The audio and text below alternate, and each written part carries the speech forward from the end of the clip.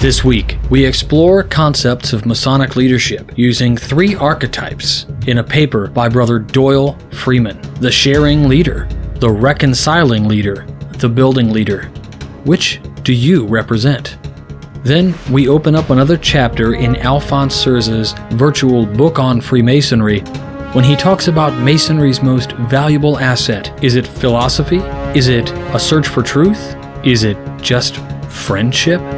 Illustrious Brother Steven L. Harrison stops by with another amazing installment of the Masonic Minute.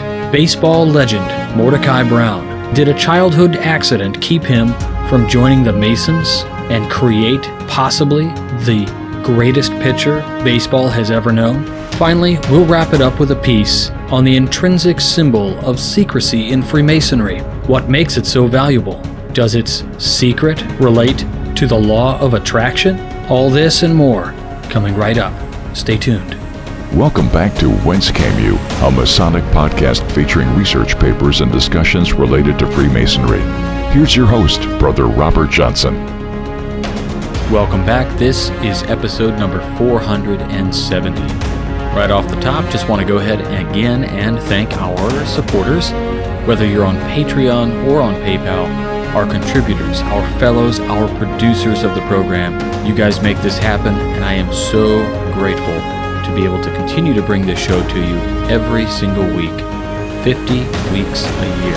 If you are wanting to know how you can assist the WCY podcast, you certainly can head on over to WCYpodcast.com, click on Support the Show, and you'll see a few ways to do that. You can become a contributor, a fellow, or a producer on either Patreon or on PayPal.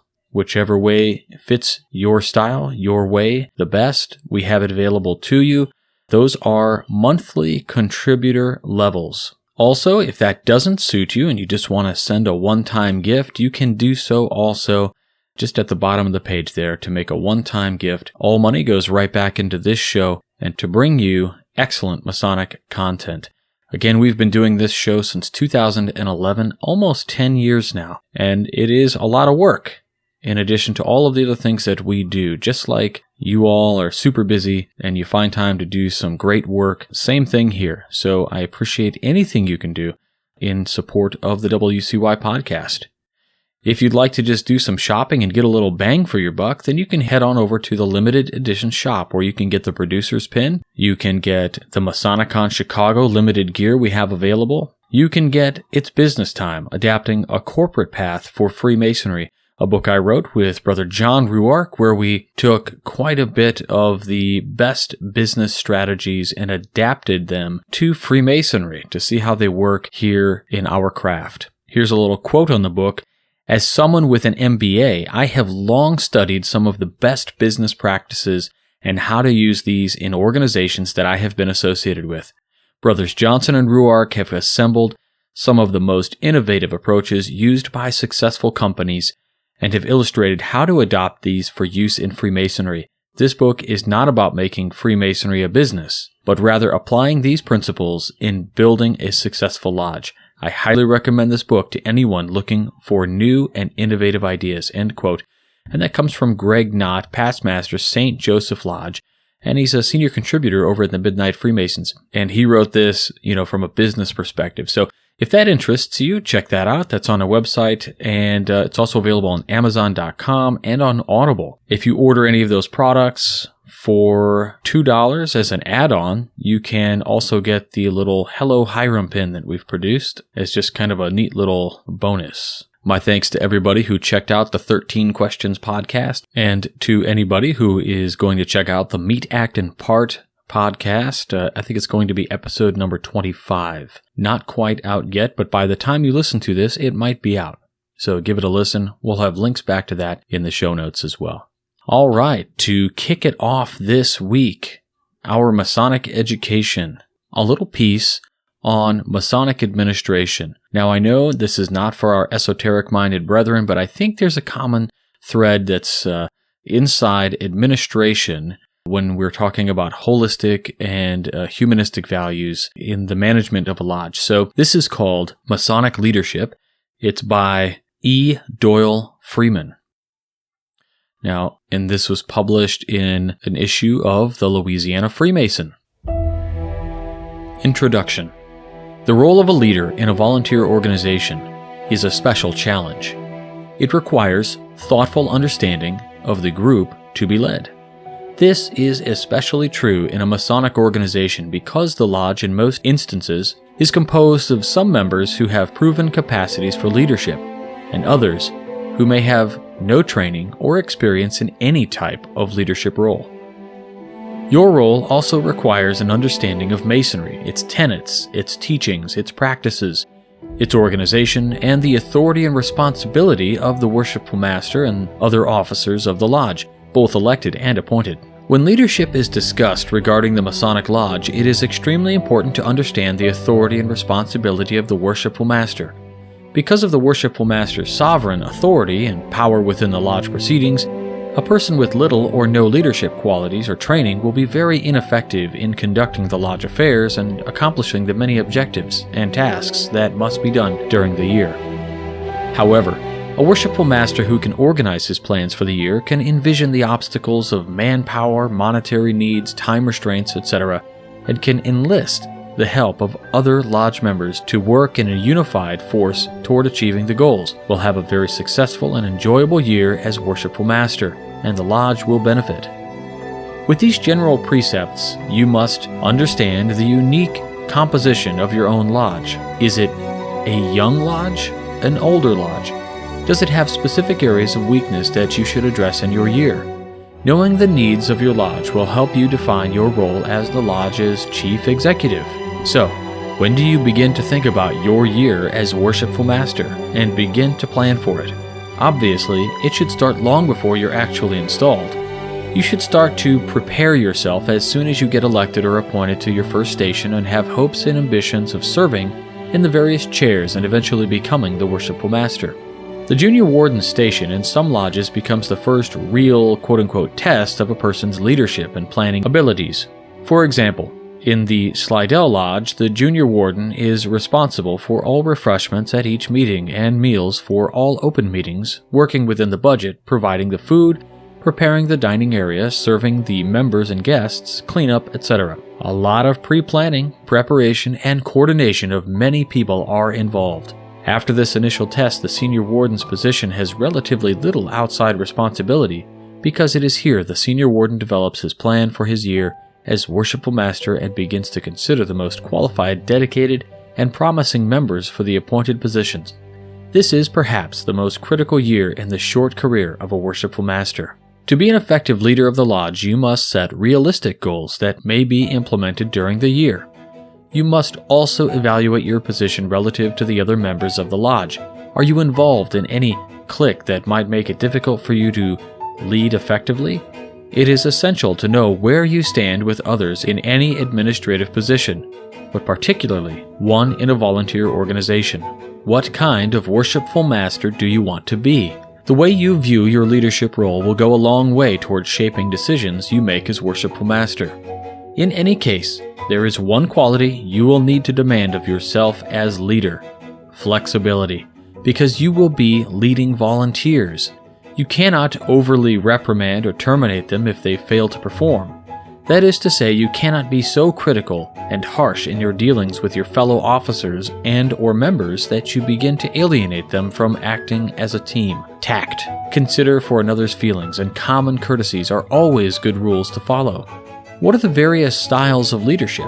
With flexibility as the key, we can say that there are three fundamental modes of leadership in a volunteer organization: the leader who shares responsibility for the leader who reconciles differing factions, the leader who chiefly builds on what has been done before. An unusually gifted leader may be able to use all three styles as the occasion demands, but most people will tend to favor one style over the other. 1. The sharing leader shares responsibility with other lodge officers. The sharing leader may receive less public attention, but will surely achieve greater results than the Worshipful Master who has difficulty delegating authority. The role of this type of leader is that of delegator in the midst of personal interaction. Note: as a point of information, it must be noted that while authority may be delegated, you cannot delegate responsibility.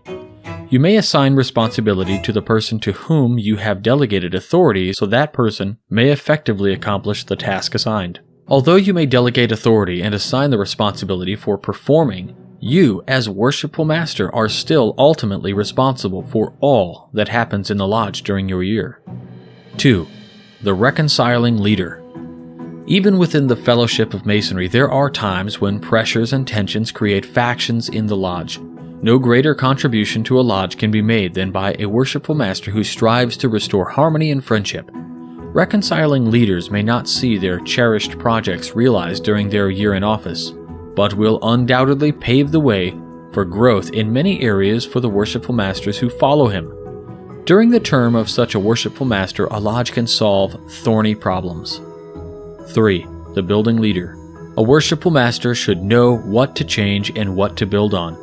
Much energy is lost when a project is launched one year and dropped the next, before it is completed and another is started in its place. However, it is not an example of good leadership to allow something to continue just because it's always been done that way. Summing up, outstanding leaders of volunteers are realistic people who can measure themselves and their goals for the lodge in relation to the facts around them. Examples being the resources and manpower they have to work with, chiefly their committee chairman. Such leaders are able to keep their forces in balance and to work to increase their assets and diminish their liabilities. Brief leadership tips. Old-fashioned leaders have a heroic concept of their role. They must be everywhere at once and do everything themselves. This is unfortunate because it stifles their committee members' initiative. On the other hand, successful leaders in a volunteer organization are friendly and understanding, communicate frequently, and open with their committee members, provide frequent encouragement and motivation, praise lodge members for a job well done, harmonize differences, attempt to enable team members to work to their full potential, take pleasure in developing the leadership talents of younger members in the lodge. Time management, an irrefutable rule.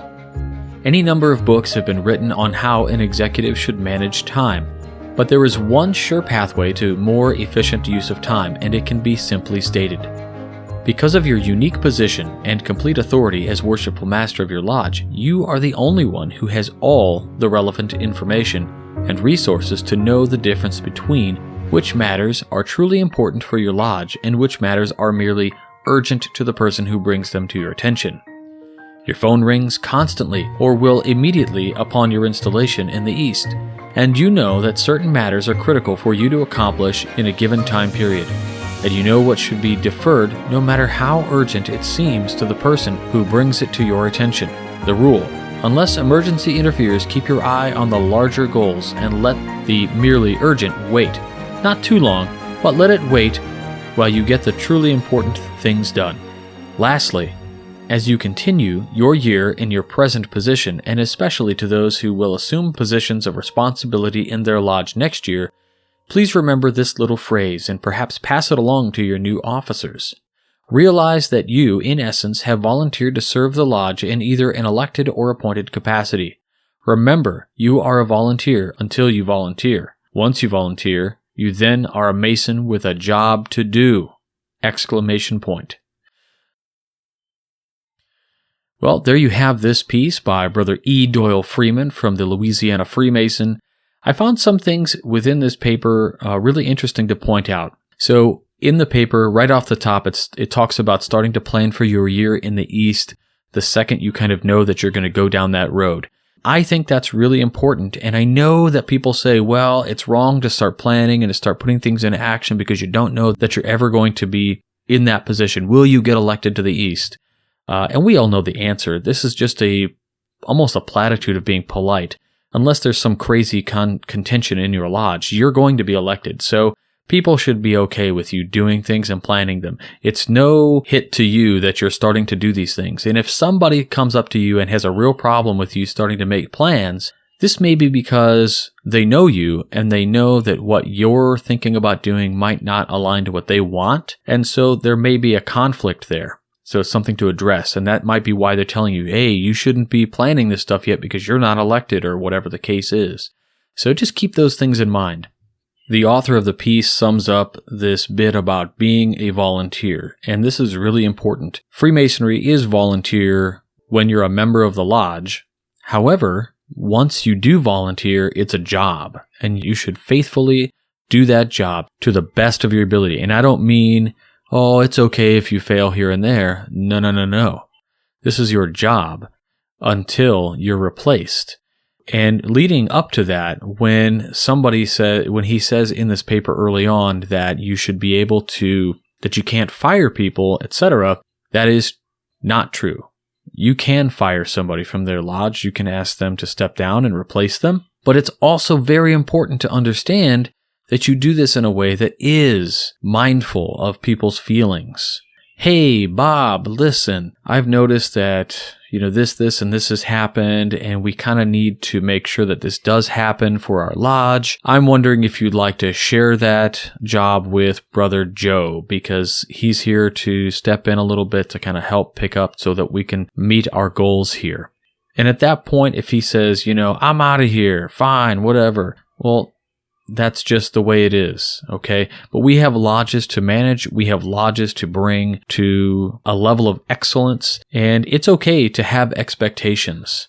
If you take anything away from my commentary on the piece, just know that my main bullet is that you can have expectations, and that's really important. All right, now this next one, I believe, was originally published at the Illinois Lodge of Research by Alphonse Cerza. Some of you recognize that name from a few episodes ago that we kind of dedicated an episode to one of his papers. Now, Alphonse Cerza was the Grand Historian of the Grand Lodge, AF and AM of Illinois, and he is pretty prolific here in the state of Illinois. His writing desk and a couple other implements are actually preserved in a Masonic library and museum outside of Illinois, actually, if you can believe that. But let's get into this cool piece that he did, and it's called Our Most Valuable Asset. Now, what do you think that is? Is it the working tools, the philosophy, the degrees, the ritual? Well, Alphonse Cerza says our most valuable asset is friendship. Let's check it out. Freemasonry has many facets which have attracted men of goodwill of every race, religion, political view, and social position into its ranks throughout the world for many years. Every member has his own individual reason for joining the craft, but generally, its chief appeal is that charitable work that it does. The philosophy of life taught by the craft, with its visible exhibition by Freemasons in their exemplary conduct in the everyday world. All these items are important, but to the non-member who has given this matter any thought whatsoever, it soon becomes apparent that the greatest asset in Freemasonry is the spirit of friendship that exists between Freemasons in their relationship with one another and their attitude of thoughtfulness for the welfare of others. For example, many years ago, the words Mason and friendship were often used synonymously. Our historical background supports this view. Dr. James Anderson, in his Constitutions of Freemasons published in 1723, reflected the traditional fundamental principles of the craft when he stated the first charge that, quote, Masonry becomes the center of union and the means of conciliating true friendship among persons that must have remained at a perpetual distance, end quote. And in 1738 edition of the same book, the wording was changed slightly, but the meaning was the same when he stated, quote, Thus Masonry is the center of their union and the happy means of conciliating persons that otherwise must have remained at a perpetual distance, end quote.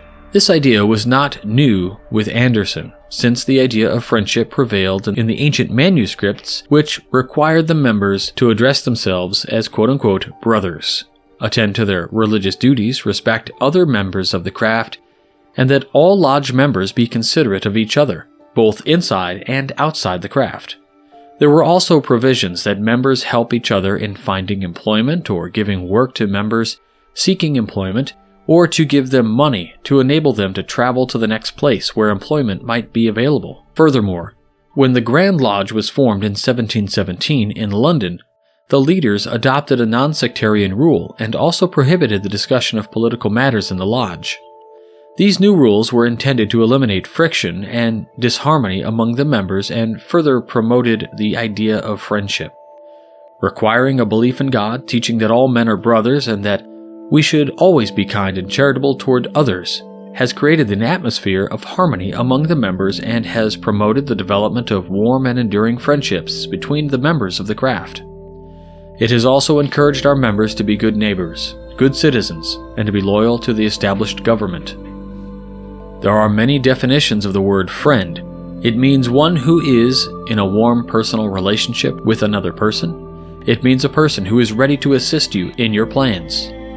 Many years ago, an English periodical had a contest and offered a prize to the person submitting the best definition of the word friend. Here are a few of the definitions which were sent to the publication. One who multiplies joys, divides grief, and whose honesty is inviolable. One who understands our silence. A watch which beats true, and for all time and never runs down. And here is the definition that won first prize. A friend is the one who comes in when the whole world has gone out. Many years ago, my father stated to me that the most valuable thing that anyone can have is a friend. But then he added that in order to have a friend, you must be a friend. On other occasions, he would say that a friend is worth more than 1,000 ducats. You will note that the idea is in the nature of a two-way street.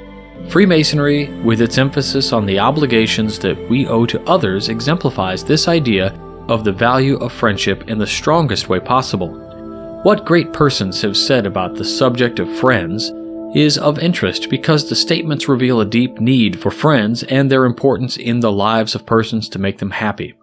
Aristotle, in his Nicomachean Ethics, said, quote, "The perfect friendship is that between good men, alike in their virtues." Keats, the great English poet, compared friends to a quote-unquote a beacon light guiding a ship into a port on a dark and misty night. Brother George Washington, in one of his letters, said, quote, "Actions, not words, are the true criterion of attachments of friends." Thomas Jefferson, "One gives meaningful expression to friendship only when he does something thoughtful, unselfish, or pleasantly surprising for the person he esteems." In a poetic mood, Oliver Wendell Holmes described friendship as, quote, "the breathing rose with sweets in every fold." Seneca, the Roman savant, said, "Friendship sweetens all our cares and dispels our sorrows." Coleridge, the English poet, "Friendship is a sheltering tree." Sir Francis Bacon wrote that friendship redoubleth joys and cutteth griefs in half. And let us not forget the lesson exemplified in the 15th Scottish Rite degree of the Northern Masonic jurisdiction: life without friends is worthless. The true value of friends cannot be underestimated. There is nothing worse than being alone or having the feeling that there is no one around you that you can rely on for help and companionship. Nothing can be more depressing than the feeling that there is no one that cares about your welfare. On the positive side, the mere fact that one knows that he has friends is a comforting feeling, so that the possession of friends is an absolute necessity in life in order to be happy. I remember an old friend who was a bachelor and had no close relatives. He lived in a rooming house where most of his fellow roomers were transients. Being a member of the craft opened up many opportunities for him to spend his time profitably. Rather than going to his room each evening after work, he managed to go to his lodge on each meeting night. He also, quote-unquote, adopted a number of other lodges within a reasonable distance and visited them regularly. Many of the members of those lodges saw him so regularly that they never realized that he was only a visitor and not a regular member of that lodge. He always pitched in when there was a need for workers, and he made himself useful. At these lodge meetings, he paid special attention to the reports about members, and he took notes. On nights that he was not attending lodge meetings, he visited sick members, offered to do things for them, and cheered them up with his presence. Thus he was being a real friend toward his fellow members, and it gave him a genuine lift to feel that he was utilizing his time doing something worthwhile. This illustrates how Masonic friendship is a two-way street, and that benefits result to everyone with these many contacts, at meetings, and with other relationships. I am also reminded of the member who came from a family in which he was an only child. He missed the usual activity within a family unit where there are a number of brothers and sisters. When he joined the craft, he acquired a large number of brothers, and he acquired the feeling that he was no longer alone. To him, the word brother meant a great deal more than it did to the average member. Joining the craft was a deeply moving experience for him, for he realized that he had acquired an unspecified number of friends to whom he was bound by an obligation stronger than any physical binding could be. The members who become active in his Masonic Lodge and engages in its work by necessity will be in contact constantly with other members who are also similarly engaged. Taking part in a meaningful and worthwhile projects with other good men creates a camaraderie between them which blossoms forth into intangible and unexpressed respect by one person for another. Because of these projects, Freemasonry offers unlimited opportunity with the creation of warm and close friendships among its members. The Mason who does not regularly attend lodge meetings and also engages in some work for the lodge and its members misses one of the valuable assets which the lodge has to offer its members: the opportunity to make friends. Another element which contributes to this development of close friendships within the craft is the philosophy that Masons are taught to be charitable, and that this word is to be construed in its broadest sense. To the Mason, it means more than just giving alms. It means more than writing a check for a worthy cause. It means that you will go that extra mile to help another person in need of help beyond any call of duty. It means that you will listen to a brother's troubles as he seeks to unburden himself of his feelings or desires to talk things over with someone. It means to sympathize with a person who is in pain or in trouble and thereby help them to lighten the burden. The lesson of the faithful breast and the listening ear are always before us. Masons who join appendant bodies of the craft often do so in order to expand their Masonic contact and to extend their charitable work because these bodies always have such projects. When good men gather to accomplish something that will benefit the craft, its members, and the community, these types of associations are by necessity ones that cover long periods of time and require many hours of working together with good men to accomplish worthy goals. Such increased associations is bound to develop mutual respect among members working together, which will develop into warm friendship. When a Mason meets another Mason for the first time, he knows that the other person believes in God and that he therefore believes that all men are brothers, and that as a result he must be kind to other persons and help them in every possible way. Such knowledge is bound to bring the two persons closer together, for they instinctively realize that they have many beliefs in common. You know, without any express statement, that a spiritual tie exists between Masons because you can expect honorable conduct from the new contact. For one who travels extensively, Masonic friendship manifests itself time and time again. Whether it is visiting a Masonic lodge or attending a meeting of an appendant body, or in the marketplace, when you meet another Mason, you always feel a kinship with him. You always find the door open with a welcome sign. This can be valuable if you are in a strange place. It becomes doubly valuable if you are in need of suggestions, advice, or help of some kind. You not only have a comfortable feeling because you know help is near, but there is also a feeling of trust and faith that is so valuable in all human relationships. Non-Masons often have observed that there exists between Masons an elusive something that creates a spirit of friendly relations between Masons. It is to be noted that strangers who meet and discover that both are members of the craft immediately feel a kinship with each other. Masons recognize this mutual feeling and describe it as the tie that binds.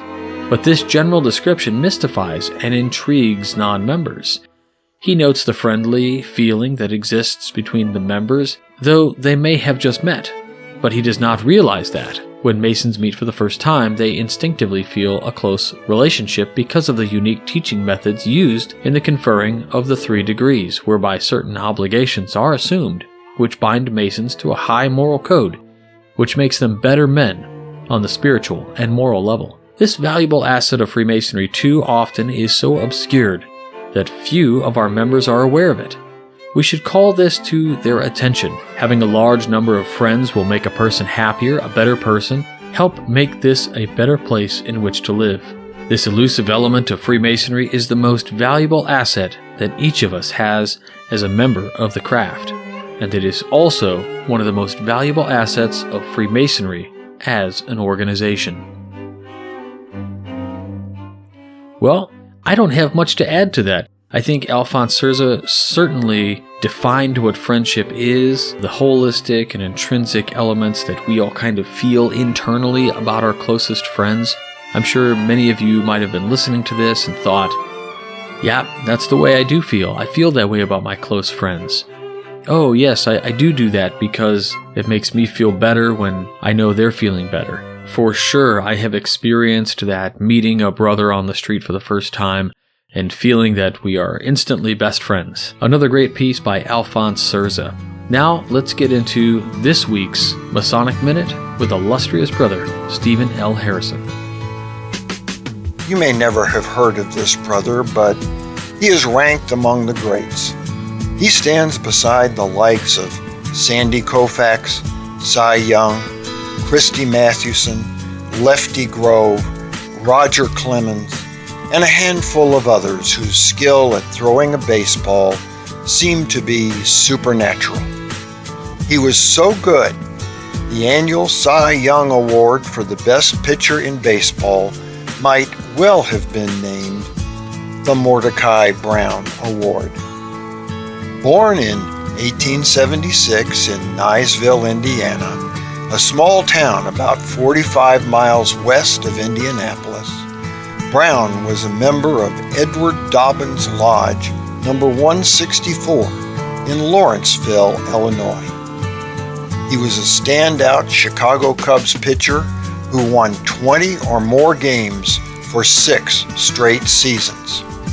In 1908, as a fielding pitcher, he did not commit a single error and pitched a record 4 shutout games in a row. Against the great Christy Mathewson, considered by some to be the best pitcher in baseball, he won 13 games out of 24 times they met. Overall, he won 239 games against 130 losses and struck out 1,375 batters. His spectacular 2.06 earned run average today remains the best of any pitcher who won over 200 games. There is more to his story as a Freemason. There was a time in the craft, in some jurisdictions, when a physical deformity disqualified a man from becoming a member.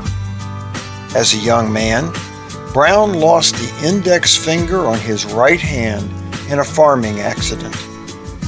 While still healing from that injury, he fell and broke several bones in his remaining fingers. Doctors reset the middle finger improperly, further mangling his hand. When he petitioned to become a Freemason, he was rejected due to his mutilated hand.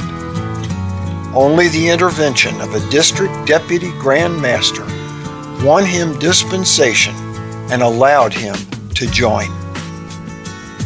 Brown's disfigured pitching hand forced him to grip a baseball in an unorthodox way. There has never been any doubt that his grip made the ball travel in a way that made his pitches extremely difficult to hit and contributed to his success as a pitcher, earning him the name by which he became famous, Mordecai Three-Finger Brown. He won games on 2 World Series winning teams in 1907 and 1908, the last time the Cubs won the series for over a century. He retired from the majors in 1916 and moved to Terre Haute, Indiana, where he continued to play and coach in minor league games. In 1928, a friend asked him to play in an exhibition game as a favor. It was the last time he played, and in that game, the 51-year-old Brown pitched 3 innings, striking out all 9 batters he faced. I personally share something in common with Brother Mordecai. Just before becoming a Freemason, I suffered a similar injury. I didn't lose any fingers, but the little finger on my right hand was permanently disfigured. Most people don't notice, but let's put it this way. I'll never be a hand model. Brown passed away in 1948 at the age of 71. A year later, he was posthumously elected to the Major League Baseball Hall of Fame. If it were not for the fact that Freemasonry gave up on its barbaric, backward, Neanderthal practice of rejecting men with deformities as members, the great Mordecai Three-Finger Brown would never have become a Freemason, along with others like him, including myself. For the Whence Came You podcast, this is Steve 3.5 Finger Harrison with the Masonic Minute. All right, what a great Masonic Minute with Steve 3.5 Finger Harrison. This was a great and really insightful piece. I love baseball. I don't follow it as much as I used to when I was a kid living in California. You know, we had the California Angels, and I would go to the games all the time with my grandparents. It was a big to-do. And I love baseball, and I love the legends about baseball. I know I share that fascination with probably a brother that has more baseball knowledge than anybody I know, and that's Brother Nathan Tweedy. So, Brother Nathan, if you're out there listening, I hope you enjoyed this segment, and I want to thank Illustrious Brother Harrison for putting this one together. What a great story. I had first learned of the prohibition against anybody with a deformity from Brother Michael Shirley, Dr. Michael Shirley. He posted a piece about a Grand Master's decision to repeal such prohibition in Freemasonry in the Grand Lodge of Illinois. If you're interested in that, I'll dig it up and I'll put a link to it in the show notes for you all. All right, our last piece for this week comes from Connecticut Philosophic Lodge of Research, which was published in 1972, written by Brother James M. Desmond, who was actually the Grand Master of Masons in Connecticut in 1978. So a few years after writing this paper, he served as the Grand Master. This paper begins. The ideas presented in this paper are in response to a question that arises in the mind of nearly every newly made Mason. Perhaps a month or two from the time he is raised, a helpful brother presents the surprising news that all our secrets have been exposed. It may come up during an instruction session, or the new brother may be already trying to find out how much of the work is secret, and how much he can tell to his wife. Or it may be in the talk over coffee after the lodge is closed. In any event, the brother learns that the ritual work, the signs and words, and everything else can be found written down in a book, an exposé, and he probably learns who has such a book. However it comes about, the new brother begins to wonder why he was made to understand that Masons took secrecy so seriously, and if he has been somewhat gullible for adopting a similar attitude. He wonders about it. He remembers the penalties. How is he to resolve this inconsistent situation? On the other hand, he is sworn to secrecy. The lodge is tiled to prevent unauthorized intrusion, and visitors are examined to see if they are Masons and deserving to be admitted. On the other hand, he finds that there remains no real secrecy, yet no one seems greatly concerned. If he asks, they kind of shrug and change the subject. If a Mason feels this way about secrecy, do they likewise take the other teachings lightly and of no great importance? Do Masons go through elaborate ritualistic means to present great ideas of morality and brotherly love and then have no more concern for these principles than they apparently have for the practice of secrecy? Of course, there is no doubt that Masons take their teachings and secrecy seriously.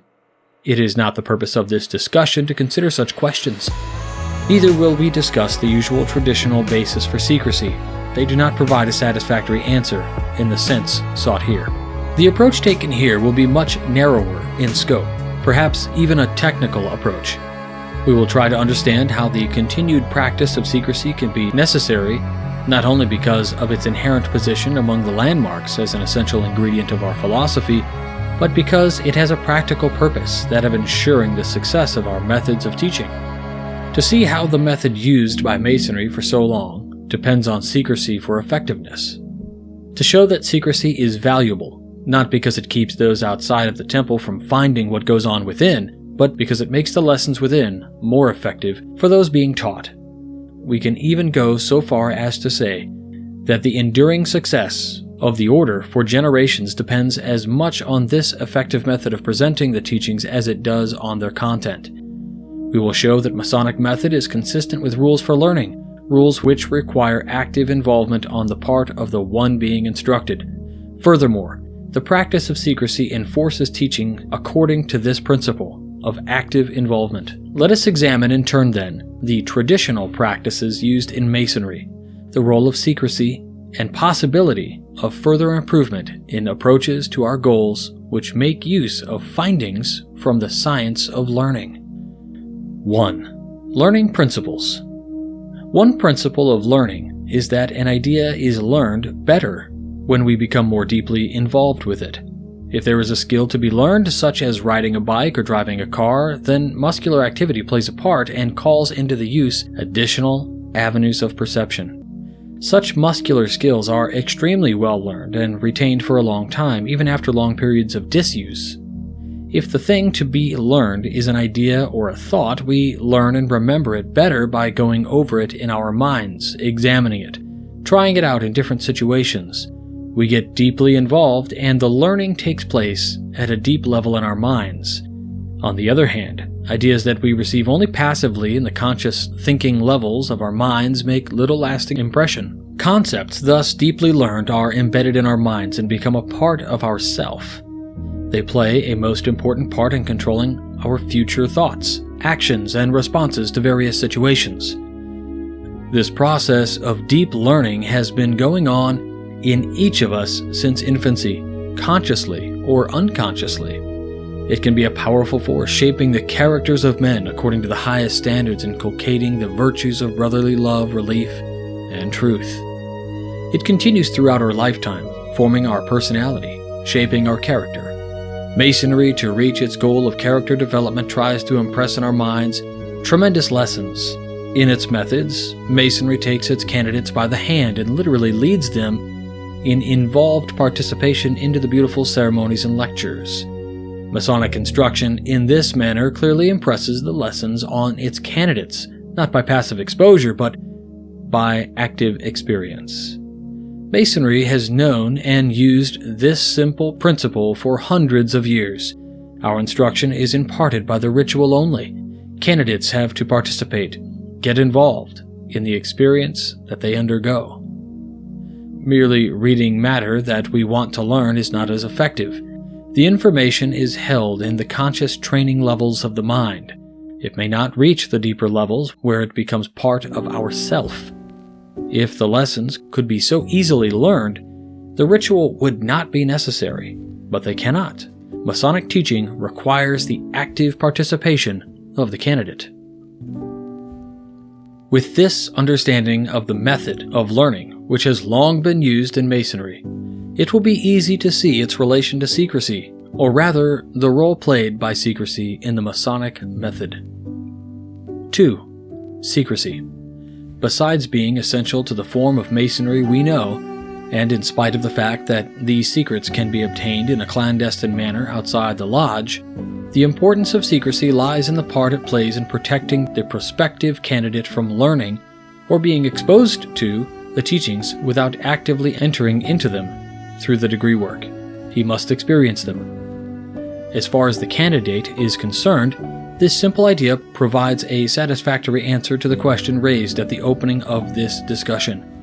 While our first thought might be that secrecy prevents the outsider from learning secrets that give us some supposed advantage, we can now see that its most important effect is to ensure that the teachings are learned by real experience under control of the ritual. We have no secrets. We would proclaim our teachings from the rooftops as loudly as we can for all to hear, if they could be learned in that manner. They are neither secret nor unique to Masonry. The Masonic method uses secrecy to ensure that the initiate receives the message with all the advantages of active experiences. This is a very important idea. It is of certain importance in the persistence of Masonry throughout the ages. Masonry continues to exist not because it has esoteric power, but because it uses secrecy to strengthen the sound teaching principles which it uses. Secrecy is used to keep the candidates from learning the lessons in any other than the most effective manner. Masonry takes the eternal truths and, through its method of instruction by active participation, deeply embeds them in the minds and hearts of men. We are led to a concept of symbolic secrecy, to the act or practice of secrecy as itself a symbol. It symbolizes the Masonic method of instruction that requires active experiencing by the candidate of the lessons in the work. This concept of secrecy as a symbol can have a dynamic effect in the lives of those who choose to become Masons and strive to perfect their skills in our art.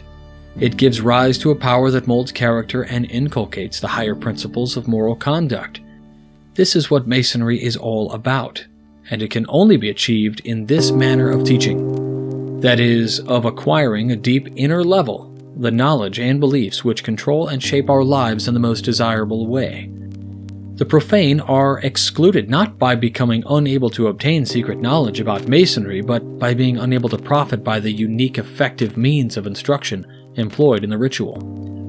The great truths of our art are learned not by reading them or passively hearing them, but by deep active experience which puts the ideas into the innermost parts of our minds and bodies, where they become active, powerful forces controlling our behavior and shaping our lives in accord with the highest principles of moral character and personal development. 3. New approaches in old coals. Some psychologists have come to believe, as a result of controlled experiments, that improvement can be gained not only by real practice, but also by practice in the imagination. That is, once we have experienced a new idea or skill, practice in the imagination is as effective as actual practice. Thus, basketball players or golfers can improve their scores by regular practice, not on the court or fairway, but in their minds, by imagining that they are actually playing. In a controlled experiment, psychologists R.A. Vandal proved that mental practice in throwing darts at a target, wherein the person sits for a period each day in front of the target and imagines throwing darts at it, improves aim as much as actually throwing darts. Another report concerns an experiment on the effects of mental practice on improving skill in sinking basketball free throws. One group, which practiced every day in their imagination, improved in scoring as much as another group, which actually practiced.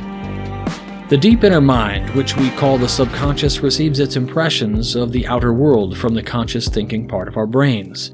Since accurately imagined experiences produce the same sort of impressions as real ones, and since they follow the same channels to the subconscious mind, real experiences and imagined experiences cannot be easily distinguished by the inner mind. In this manner, the imagined practice produced the same beneficial results as the actual practice. You may wonder what all this has to do with secrecy or with Masonry. Well, if we find that secrecy supports Masonry's use of a well-known principle of learning, why can't we take advantage of a newer idea from the science of learning? Why cannot a Mason who has been properly inducted into our order gain more whenever he is present in the exemplification of one of the degrees by taking an active part by way of the imagination more than he could by sitting passively on the sidelines? Why can't we, while the officers are enlightening and instructing the candidate, accompany him in our imagination? We can imagine in great detail that we are going through the steps with the candidate. We can thus strengthen the association between the ritual and ideas it expresses so that the symbolic acts become deeply embedded in our minds. This provides a better foundation on which to build an improved concept of what our life can and should be. In these procedures, it is important to have clearly defined goals to guide the formation of impressions transmitted into our subconscious minds. The goals are found in Masonry: the development of moral character, inculcation of the Masonic virtues, charity, relief, brotherhood. Summary. First, the method of instruction used in Masonry is based on the principle, which is now well known, that active experience and deep involvement improves the process of education. Second, in addition to its traditional basis, Masonic secrecy is essential to the Masonic method of instruction, the means of ensuring that our candidates receive their instruction in the prescribed active manner. It matters not that the work is exposed, since the profane lack the quote-unquote secret of active involvement. We started out looking for a symbolic meaning in the continued practice of secrecy in Masonry. Instead, we have come to realize that secrecy is not for the purpose of excluding the profane, but for the benefit of our initiates, since it is, in effect, employed to ensure the success of our method. If we want to consider secrecy to be a symbol, it is a symbol of a method of learning by active participation. Third, in a recent extension of the principles of learning by experience, it appears that practice or rehearsal carried out in the imagination is nearly as effective as actual practice. That we can apply this extension by not sitting passively on the sidelines, but by taking part in our imagination while we are witnessing the work. Finally, and most important, those methods of learning are more effective when they are directed toward a goal. Masonry provides the clearly defined goal. It is the improvement of moral character and the inculcation of brotherly love and Masonic virtues, that all men may be brothers united in their labors, to the eternal honor of the name of the great architect of the universe. And that concludes Secrecy in Symbolism by James M. Desmond. Again, the Connecticut Philosophic Lodge of Research, 1972. I really like this piece because it is part science. It's kind of talking about the idea of the New Age watchword. What is the New Age watchword? Well, if you want to know what the New Age watchword is, head on over to wcypodcast.com, click on About, click on Robert H. Johnson, and you can see just a little bit about me, and scroll down to the bottom of the page, and you'll see the New Age watchword. Anyway, I hope you enjoyed the show this week. Coming up on the 16th of November, I'll be presenting for Triangle Lodge. I'll be doing Esoterics 101. If you go to wcypodcast.com, while you're there checking out that New Age watchword, you can click on that presentation schedule, and you'll see 11/16/2020 Triangle Lodge presents Esoterics 101. I'll be doing that at 7 p.m., and this will be Eastern Time. So 7 p.m. Eastern is 6 p.m. Central, 4 p.m. over on the Pacific Coast.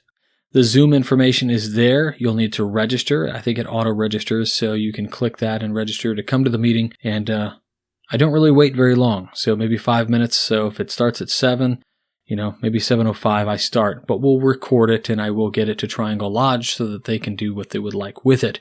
In addition, I want to thank everybody for your support one more time to the producers, fellows, and contributors of the WCY podcast. Thank you so very much. You guys are amazing. How can you help if you don't want to donate monthly or weekly or one time or whatever the case is? It would be awesome if you would share the episode links in your Facebook groups for your lodge, with your Grandmaster. If you have a particularly amazing episode that you love, send it up the line. See if they like it. I'm all about trying to get this podcast in the hands of more brothers, more profane who are interested in Freemasonry. This show has over 2 million listeners. That's more people listening to the show than are Masons in the U.S. Now, that's not a bragging point for what you all have created with WCY Podcast. What this is a testament to is that the world over, people are interested in the Masonic philosophy, and you've helped bring it to them. And so many people have joined Freemasonry since listening to TMR, since listening to WCY, or the Winding Stairs, TWS. You name the Masonic podcast, you name the Masonic blog. We're trying to connect. We're trying to make the world better, and we're trying to implement continued growth of the fraternity through a means that allow modern people to get connected to the fraternity. So, again, this wouldn't be possible without all of the contributors, the fellows, and the producers. You guys make it happen. Lastly, before I leave you all, the Masonic Legacy Society. We've been holding monthly workshops through Zoom with the Masonic Legacy Society. They are 2-day workshops, and we've had so much success. So many great guys have come to do these workshops and learned and taken this back to their home lodges, their home districts, and all of this. If you want to know what I'm talking about, go to MasonicLegacySociety.com. You can read a little about us there. You can also read the document and guide. But in order to get those things, I need you to go ahead and put in your information, and then they will be automatically sent to you. If you use a Google Mail, a Gmail, it will go into your promotions folder. So make sure you're checking promotions and junk folders, because we are using Constant Contact, which gets flagged all the time for being, just an advert. Of course, we are not advertising anything. We are giving away something totally for free. And all of the information you put in only comes to me, you guys. So don't worry. If you trust me, then please go here and check this out. It is available in English, French, Russian, and Spanish, and more languages are coming soon. We'll be holding our next workshops probably in December, early part of December. If you're interested, please shoot me a message through the Masonic Legacy Society's message board. Let me know who you are, what your affiliations are, and what you do in your district or your Grand Lodge. That way we can make sure that we are aligning on focus. Again, MasonicLegacySociety.com. If you're curious about who came up with this, at the bottom of the page you can click authors, and you'll see names of people that I'm sure you know. That's it, guys. I hope you find some peace and quiet and relaxation as we move through this wild week that we've just had with elections. And at the time of recording this right now, things have not been called by the AP yet. So on we go. Please have peace of mind, be courteous, and as James Cole has reminded us, let's respond like Freemasons. Until next week, stay on the level. For Whence Came You, I'm Robert Johnson. Take care, everybody. You've been listening to Whence Came You, a Masonic podcast featuring research papers and discussions related to Freemasonry with your host, Brother Robert Johnson. Be sure to join us for our next edition.